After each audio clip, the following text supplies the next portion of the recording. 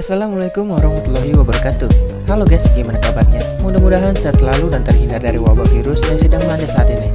Di sini saya akan menceritakan kronologi bencana tsunami pada tahun 2004 di daerah Aceh. Gelombang raksasa tsunami menghancurkan Aceh pada tanggal 26 Desember tahun 2004. Sebelumnya, terjadi gempa hebat di dasar laut dekat Pulau Sinaga.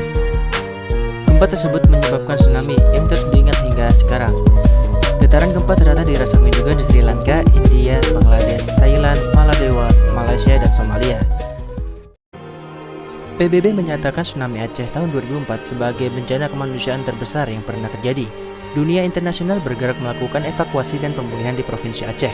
Kejadian ini membangun kesadaran pentingnya mitigasi bencana. Tsunami Aceh tahun 2004 dipicu gempa bumi tektonik yang sangat kuat. Tulisan Abdi Jihad dan Firis Lain Haris Bayunegoro, PMG Stasiun Geofisika Matale, Banda Aceh, menjelaskan penyebab terjadinya gempa bumi tektonik. Gempa disebabkan pergerakan lempeng bumi di bawah Pulau Sumatera termasuk Provinsi Aceh. Dalam tulisan berjudul Melihat Potensi Gempa Bumi dan Tsunami Aceh, ada 3 zona yang bisa menyebabkan gempa dengan kekuatan tak bisa diperkirakan. Zona yang pertama adalah zona subduksi.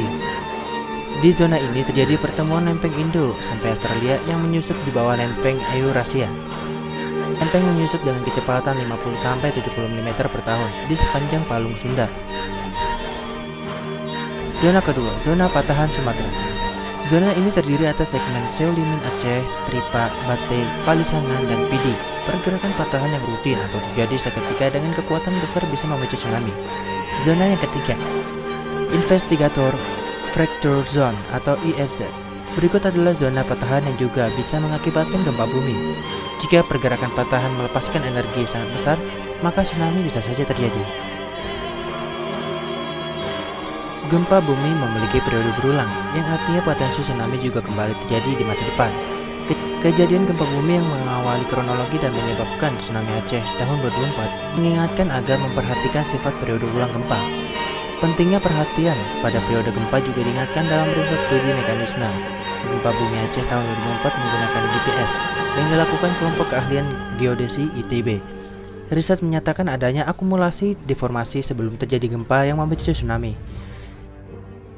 Namun, hingga 15 hari sebelum gempa tidak terjadi perubahan yang luar biasa pada permukaan tanah atau penampakan muka bumi lainnya. Deformasi hanya terjadi dalam ukuran milimeter, yang terus terjadi hingga gempa bumi dialami warga Aceh. Riset-riset selanjutnya membuktikan kronologi dan penyebab tsunami Aceh tahun 2004 terjadi pula ratusan tahun sebelumnya. Berbagai studi harus menjadi bekal pentingnya membina kesadaran dan mitigasi bencana sejak dini. Pada tanggal 1 Januari tahun 2005, kapal induk Amerika Serikat USS Abraham Lincoln tiba di perairan Sumatera untuk membantu evakuasi korban dan penyaluran bahan bantuan. Helikopter Amerika Serikat digerakkan dari kapal induk untuk membagikan terpenting ke kawasan bencana di Aceh. Tanggal 2 Januari tahun 2005, masyarakat internasional menjanjikan bantuan untuk kawasan bencana tsunami senilai 4,2 miliar US dollar. Pada tanggal 4 Januari tahun 2005, PBB menyatakan jumlah korban lebih banyak dari perkiraan semula, 200.000 orang tewas. 5 Januari tahun 2005, Eropa memperingati korban tsunami dengan aksi mengheningkan cipta di berbagai kota besar dan dalam sidang parlemen. Jerman menyatakan sekira 1.000 warganya yang sedang berwisata di Asia Tenggara hilang. Pemerintah Jerman memutuskan bantuan senilai 500 juta euro untuk bantuan kemanusiaan dan pembangunan kembali di kawasan bencana. Pada tanggal 4 Maret tahun 2005, Indonesia dan Jerman mulai membangun sistem peringatan dini tsunami. Teknis yang merupakan sumbangan Jerman kepada Indonesia senilai 40 juta euro. Sistem itu dikenal sebagai GTELS atau German Indonesia Tsunami Early Warning System. Tahun 2008 dikembangkan menjadi INATELS, yaitu Indonesia Tsunami Early Warning System.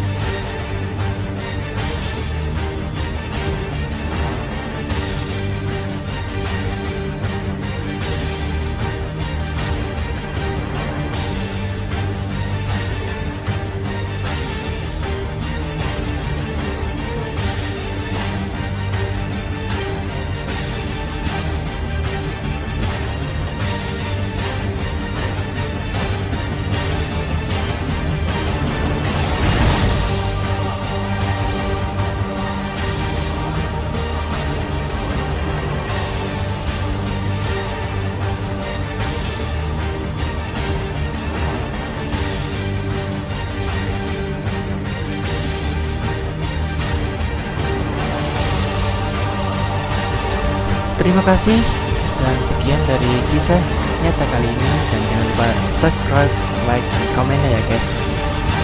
Assalamualaikum warahmatullahi wabarakatuh.